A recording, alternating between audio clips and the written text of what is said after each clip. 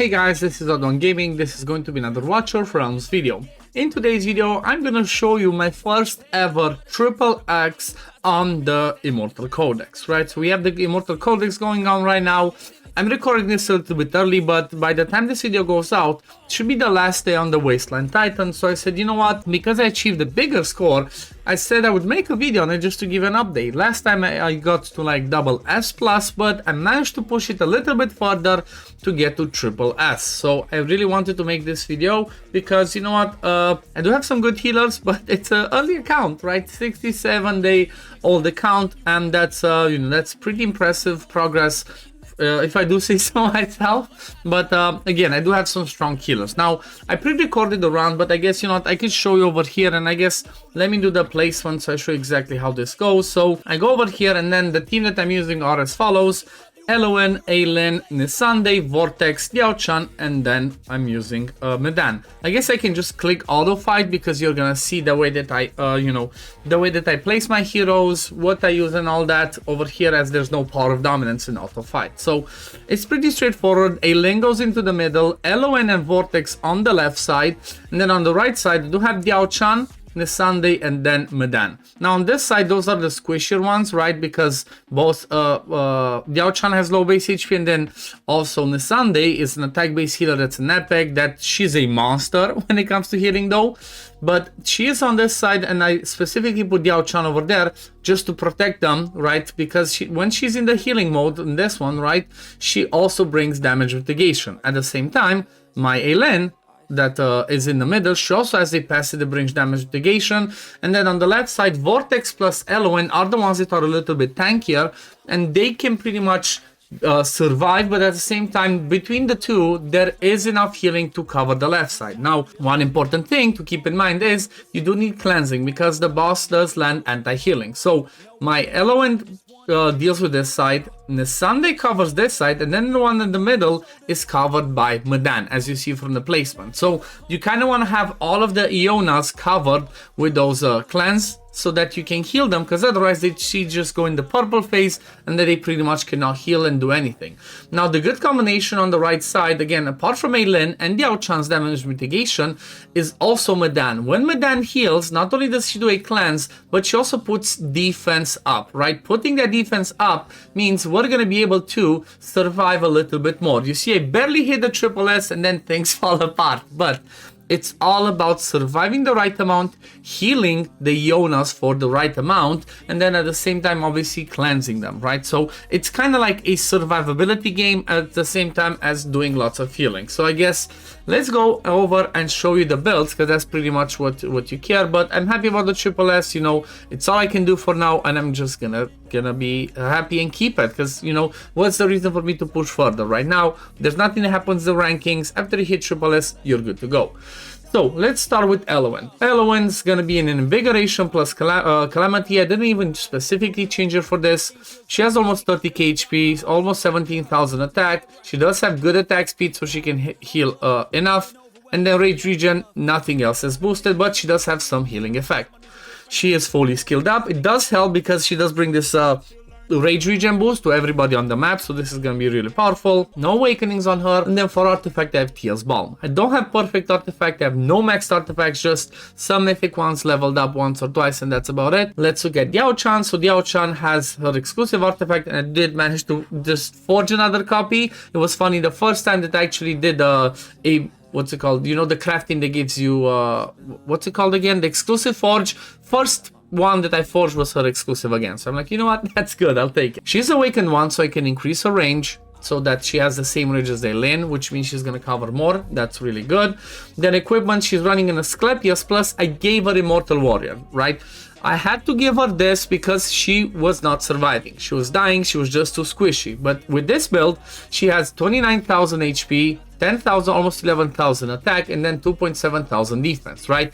You want to give her some HP and some defense as well to survive, because you know what, her heals are not going to be the highest or the best, but the best part of her kit is not the healing, is this one, the damage reduction, right? She does bring physical damage reduction and magic damage reduction from her passive to everybody in her range. So that's why she's in the team, not just for the healing, it's that damage mitigation so we survive. Then if we move over to the next one, I should have just stayed there, but I guess next one the list would have been Eileen. Eileen, I just love her.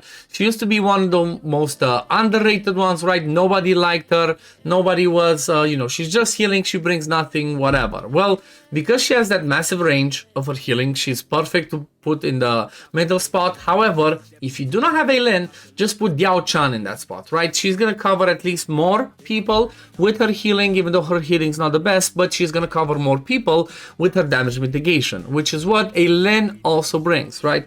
Apart from her massive heal when she procs the ultimate, she has this passive over here that says, additionally, allies in range will receive 15% less damage. That's why I only skilled it up till here. That's it. I don't care about anything else on her. For now, when I'm gonna have leftover skill crystals, I'm gonna max her out. But for now, she brings the 15% damage mitigation that I need, and that's about it.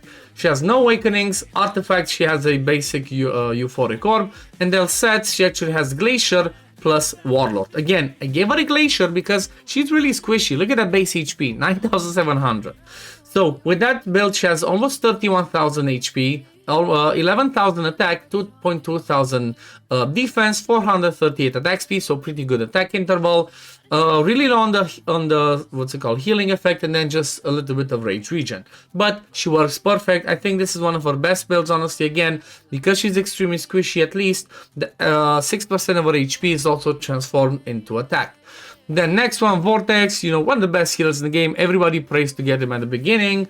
He's running Asclepius plus a Whirlwind. Really low HP, but his HP base has healing, so you're gonna give him HP percent stuff. He has 35,000 HP, 824 defense, but he survives just fine.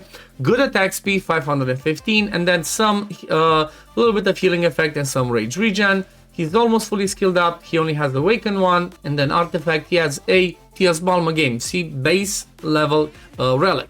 Next one of my favorite healers actually, because you know what, she's extremely underrated and she's so powerful for this and for Titanic Ruins if you don't have better options, right? If you don't have the what's it called, the Eunomias, the Somis, which you see that I have the Somis. So unfortunately, she got pushed out of my teams for Titanic Ruins, but she's the queen of the Wasteland Titan. Now she's running Elysian Epitaph. That's, you know, that's what I had again, base level 1. She's awakened too. She is fully skilled up because she's amazing. She does the cleansing and lots of healing over there. And then her build, again, you're gonna see Asclepius plus Immortal Warrior. Same principle, really low HP and really low defense, so I have to keep her alive. That's why she's in this build, but she does have 33,000 HP, close to 12,000 attacks, so she's still gonna be healing pretty well. 1,000 defense, really good attack speed again, 476, with a little bit of healing effect and then some good rage regen in there. And that's you know, that's pretty much her. Then the last one in the team, which honestly I'm shocked she barely does any healing. She's always at the bottom, right? You'd expect Madan to do so much more healing because she does this big heal. She has this that bounces right to 3 heroes, but I guess her base, the more important stuff is she brings a defense increase over here, and then she also brings that remove of all debuffs on the ultimate. But she's fully skilled up, no awakenings. Maybe if I gave her more awakenings, she would heal more. I don't know, maybe it's that, but it just seems like fortunately she doesn't heal enough. However, she's not just there for healing, same principle as Diao-chan. She's there to heal, to cleanse the debuff, and also to bring the defense up for the heroes in her area range that she heals up, which means that they're gonna survive more. Again, another Elysian Epitaph to survive, and then she has another Asclepius plus Whirlwind. Total stats on her, 35,000 HP, 1.1 thousand defense, 304 attack speed, so I guess a little bit lower attack speed. And then, again, a little bit of healing effect, lots of rage regen. I think I have a rage regen here. Yep, rage regen, HP bonus, and then, you know, attack speed and HP on the other stuff. But this is pretty much my team, right? This is pretty much my team.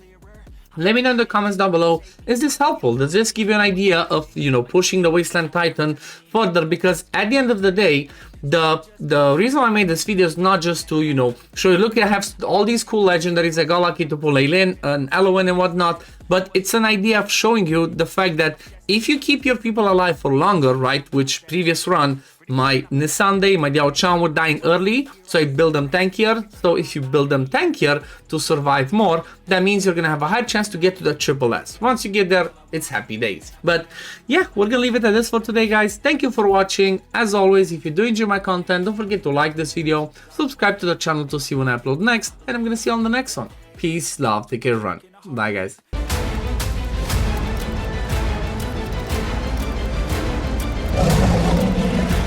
Hell hath no fury like a mother's